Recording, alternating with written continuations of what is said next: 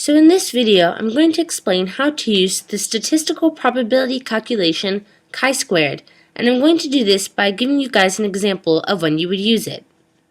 So let's say you walk into an amusement park or a carnival and you come across a game where you have to flip a coin.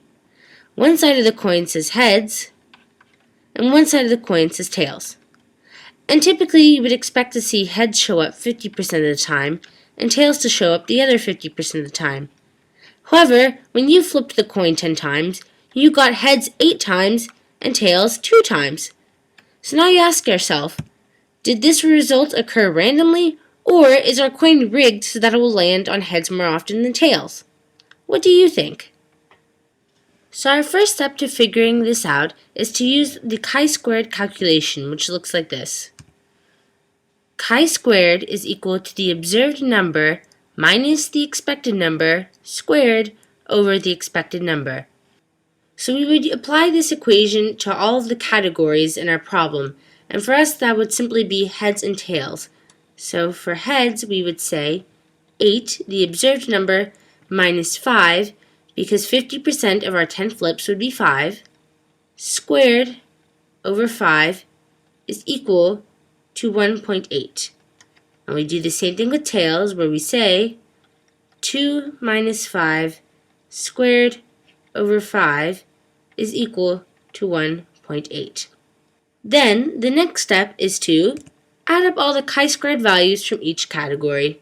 So we simply have to add 1.8 plus 1.8, and we get 3.6 as our final chi-squared value that we want to remember for the rest of the problem.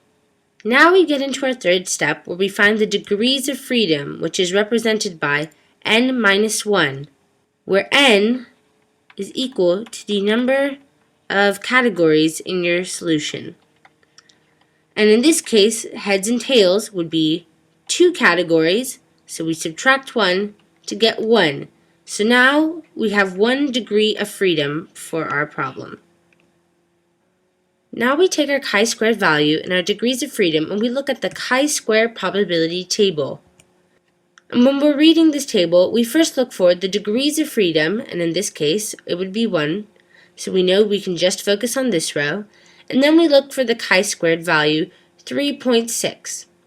And as we go across, we find that we don't see the exact value 3.6, but we find that 3.6 lies between 2.71 and 3.84. So then you want to look at the corresponding p-value for 2.71 and 3.84, which is 0.1 and 0.05. So we say our p-value is between 0.05 and 0.1, which is the same thing as saying it's between 5% and 10%. So what does our p-value mean?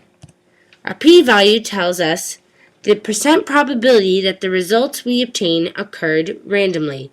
So in other words, when we look at our p-value, we'd be saying that there's a 5 to 10% chance that our results occurred randomly. So for our next step, we go back to our original question. Are the observed results of the experiment random or significantly different from the expected results? Meaning, was our coin actually rigged so that it would land on heads more often than tails? We determine whether or not these results are significant by using this statement, which says that if the p-value is less than 0.05 or 5%, then the results are significant. So when we look at this on a table, we would draw a line down between 0.05 and 0.1, and we would say that if the probability that our results occurred by chance is less than 5%, then our results are significant. Whereas if there is a greater than 5% chance that our results occurred randomly, then they are still random. So now we conclude everything in our interpretation of our problem. And in our interpretation, we'll need to include 3 main points. The first point we need to include is our p-value. So we would say the probability that these results occurred by chance is between 20 and 30%. So this part here would be our p-value. And then the next point we'd have to mention would be if this value is significant or not. This means that the results are not significantly different from the expected results of 50% heads and 50% tails.